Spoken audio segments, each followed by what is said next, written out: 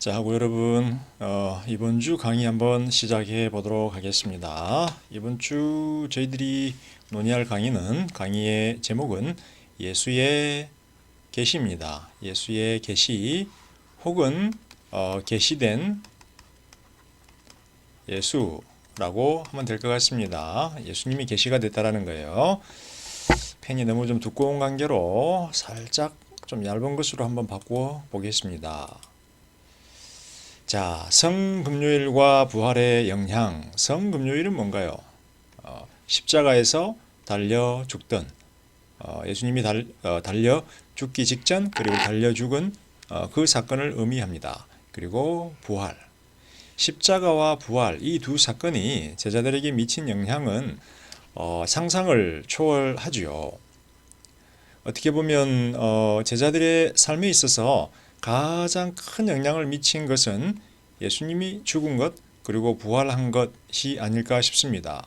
죽음이라고 하는 것은 예수님의 십자가 사형이라고 하는 것은 부정적인 측면에서 너무나 충격적인 사건이었죠. 자신들의 메시아가 자신들의 그리스도가 자신들 앞에서 기적을 행하고 가르침을 전해주던 선생이요 선지자요 메시아요 그리스도인 분이 죽었다라고 하는 것은 어떤 그런 예수님의 운동, 예수님의 가르침, 예수님의 사역이 종결됐다, 끝났다라는 것을 의미를 하지요.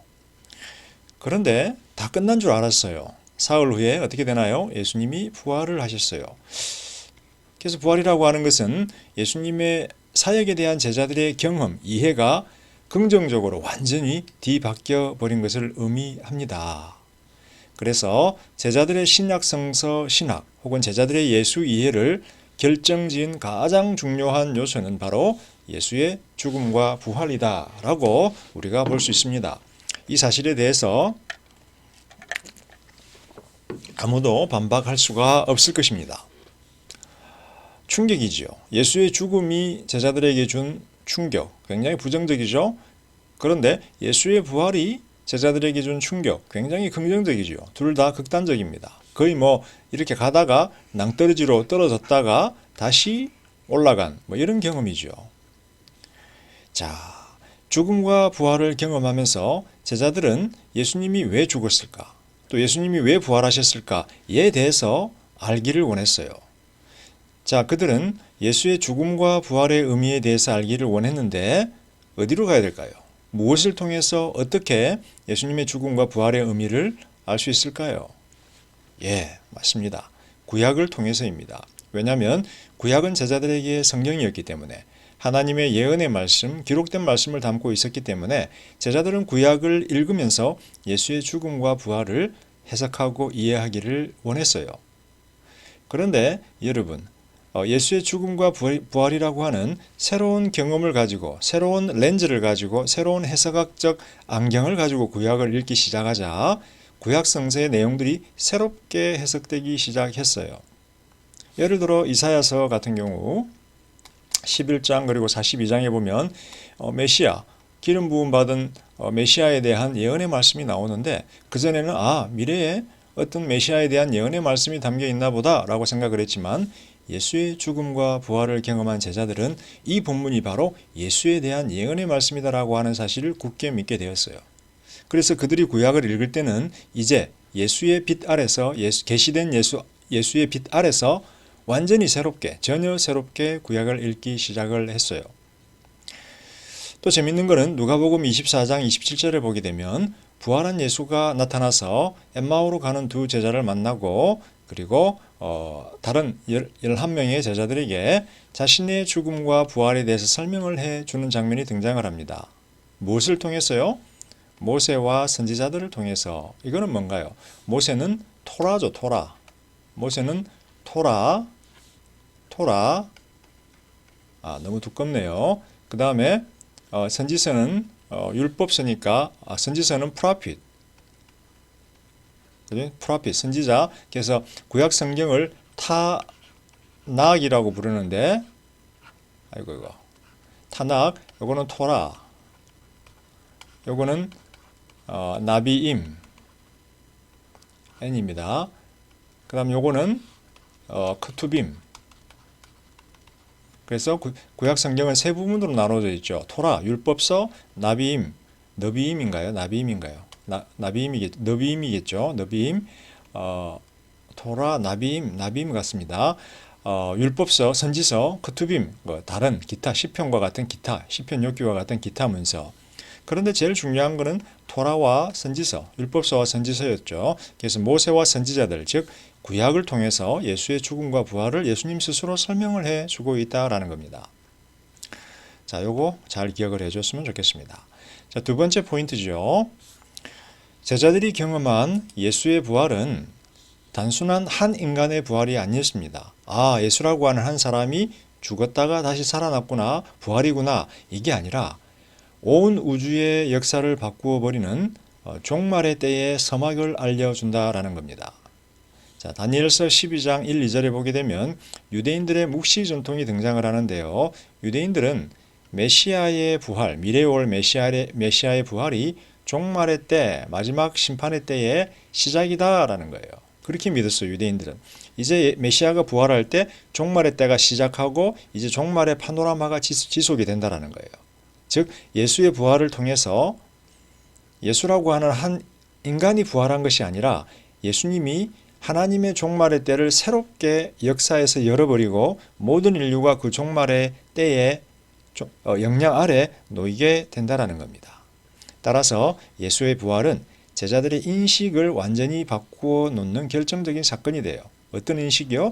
자신들의 운명에 대한 인식, 역사에 대한 인식을 완전히 바꾸어 버리는 거예요. 이제는 우리가 어때요? 새로운 시대를 살아간다라고 하는 거예요.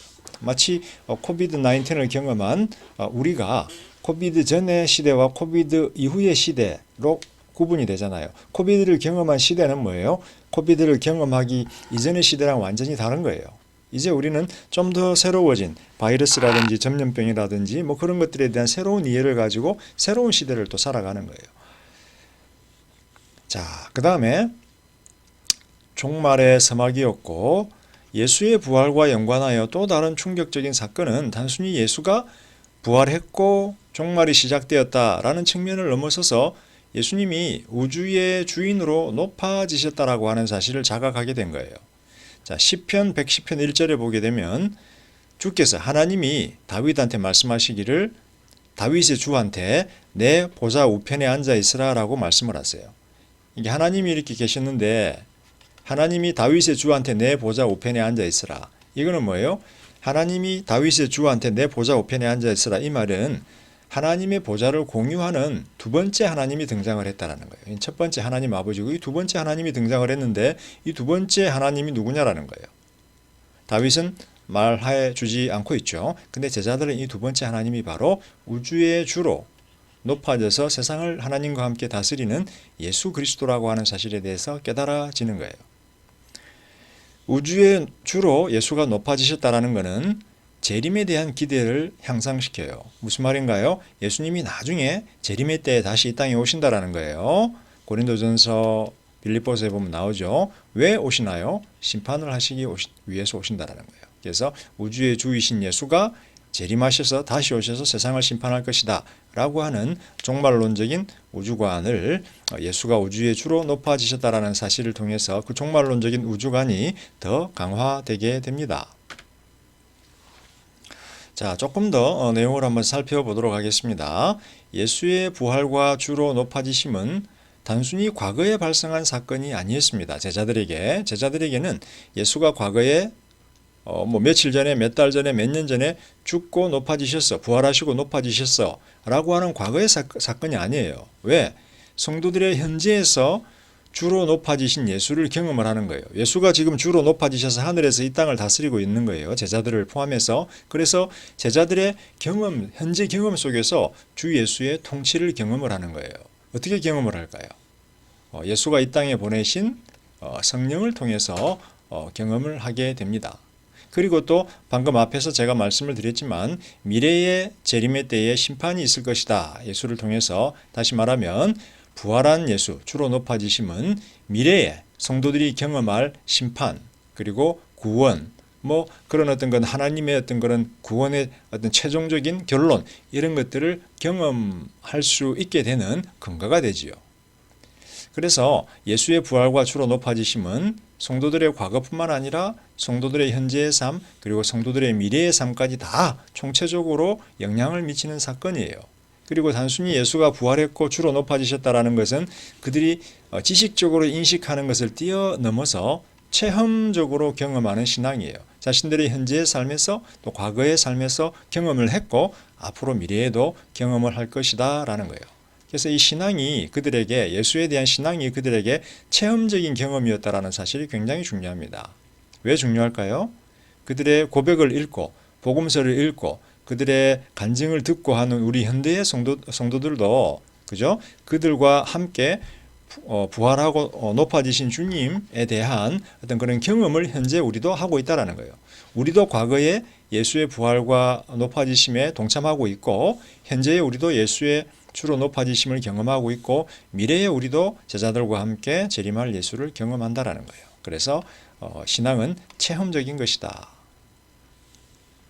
자, 또 다른 측면, 신약성서 신학에서 또 다른 측면 중에 하나는 뭐냐면 높아진 예수, 주로 높아진 예수가 구약과 성도들의 현재의 삶과 신앙을 해석하는 가장 결정적인 해석학적 렌즈로 작용하기 시작을 합니다. 높아진 주 예수가. 다시 말하면 한 예를 한번 들어볼게요. 구약에서 보면 아까 시편 110편 1절에서 주께서 내 주에게 말씀하시기를 이라고 하는 표현이 등장을 하는데 주라고 하는 표현은 아도나이 즉 뭐죠? 여호와죠. 여호와. 주, 여호와 하나님. 이거는 주는 뭐예요? 구약에서 주는 하나님의 이름이에요. 아까 주께서 내 주에게 말씀하시기를 마치 하나님께서 메시아에게 말씀하시기를 이라고 하나님께서 주께서 다윗의 메시아에게 말씀하시기를 이라고 했는데 주는 하나님이 사용하던 하나님 자신의 이름이에요. 여호와 혹은 아도나이. 그런데 이제 제자들의 관점에서 이 시편을 읽게 되면 주께서 내 주에게 첫 번째 주는 하나님인데 두 번째 주는 누구지? 라고 누군가가 질문을 할 때 그들은 바로 높아진 예수가 이 주야 라고 즉각적으로 자각을 하게 되는 거예요. 이 말은 무엇이냐면 예수가 높아진 주가 되었다라는 사실이 제자들이 구약을 읽는 가장 중요한 해석학적 렌즈로 작용을 하는 거예요. 이제 제자들은 구약을 읽으면서 하나님 이외의 주 혹은 하나님 이외의 메시아, 하나님 이외의 그리스도, 하나님 이외의 신적인 중재자, 인자와 같은 것, 인자와 같은 분, 뭐 이런 분이 등장하면 무조건 그런 분들을 높아진 예수와 동일시해 버리게 되는 거예요. 또 뭐 이런 내용들이 새롭게 추가가 되는데요. 과거 하나님께서는 선지자를 통해서 말씀하셨죠. 근데 선지자들은 누군가요? 하나님의 종들이에요. 종들. 그런데 이제 하나님은 아들을 통해서 최종적으로 말씀을 하신다라고 히브리서 1장 1절에서 히브리서 저자가 이야기해요.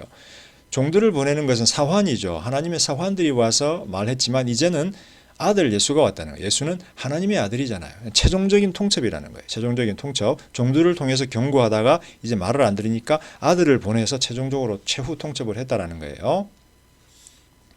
그 다음에 이제 예수는 보이지 않는 하나님을 사람들에게 결정적으로 계시를 합니다. 요한복음 1장 18절, 골로새서 1장 15절인데요.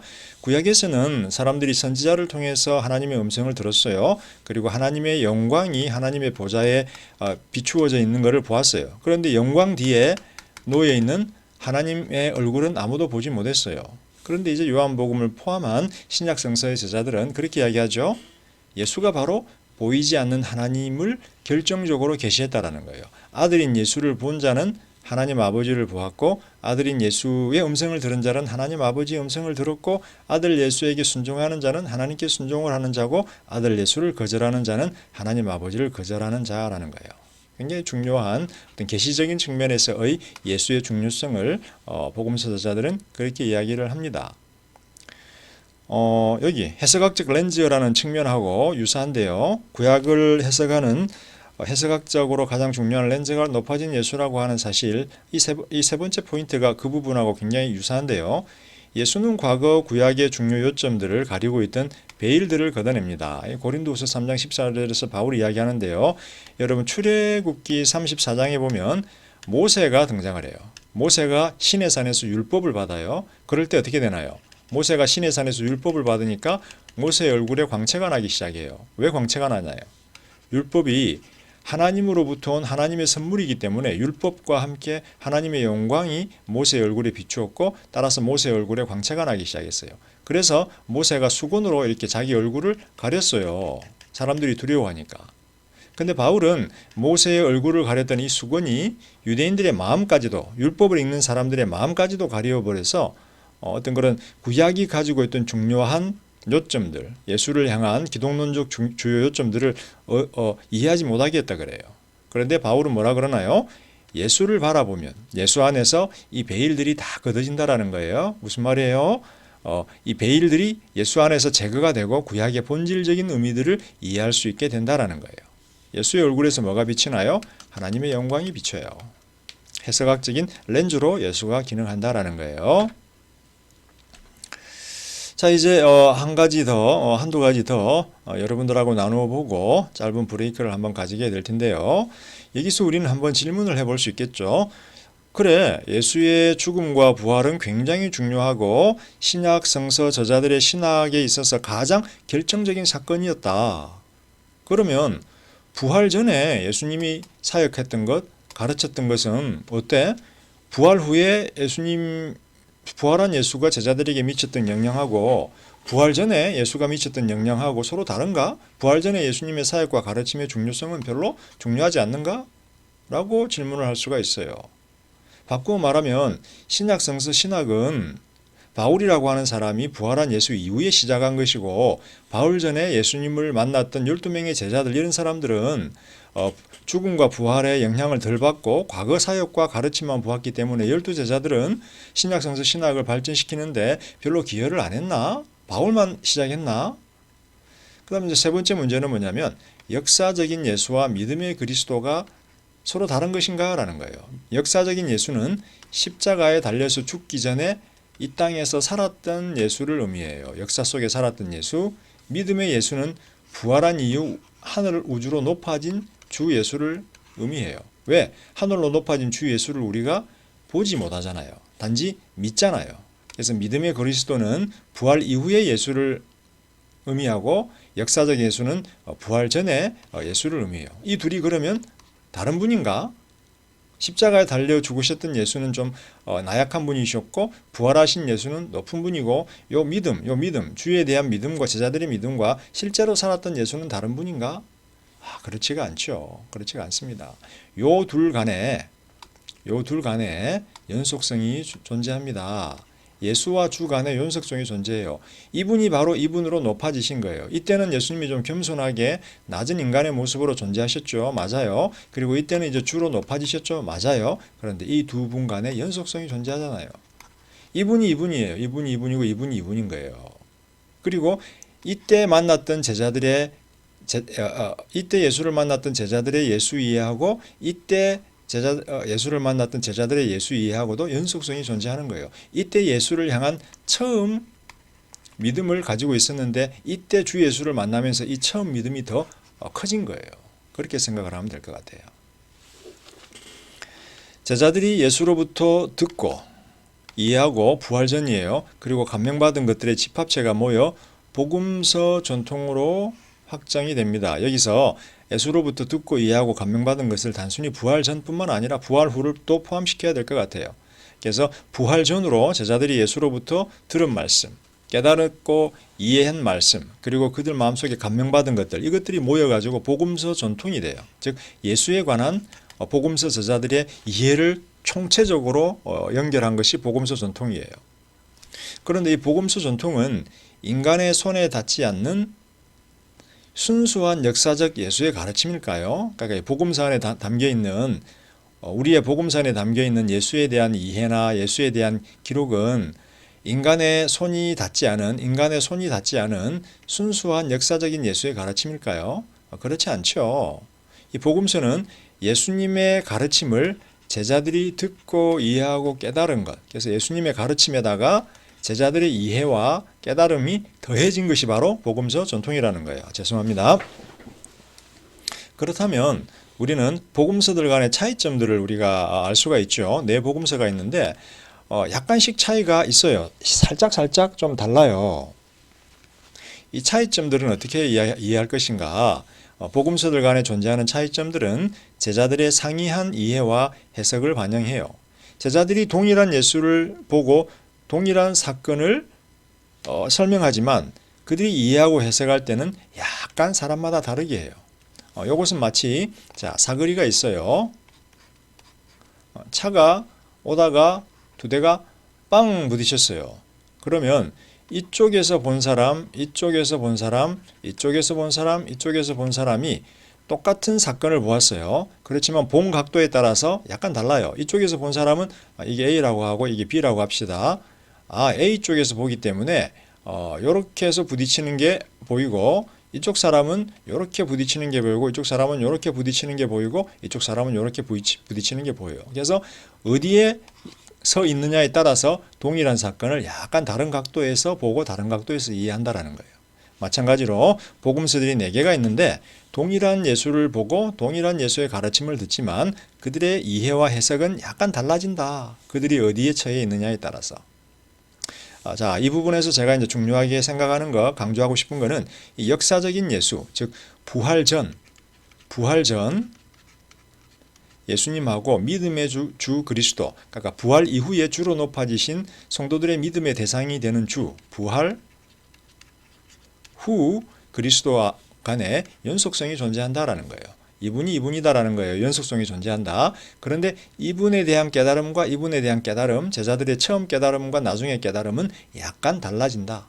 이때는 어때요? 예수님의 말씀을 제자들이 좀 오해하기도 하고 이해하지 못하기도 했어요. 근데 이때는 어때요? 예수님의 부활을 경험한다면은 완전히 이해하게 됐다. 그렇지만 이 연속성 상에서 그들의 이해가 발전한 것으로 이렇게 보아야 한다. 비연속성이 아니라 연속성 상에서 제자들의 이해가 부활 전후에 이렇게 더 훨씬 발전했다라고 보면 될 것 같습니다. 자, 여러분, 이번 첫 번째 비디오는 여기까지 하도록 하고요. 잠시 쉰 후에 이제 두 번째 예수의 계시 부분 우리가 또 함께 나누어 보도록 하겠습니다.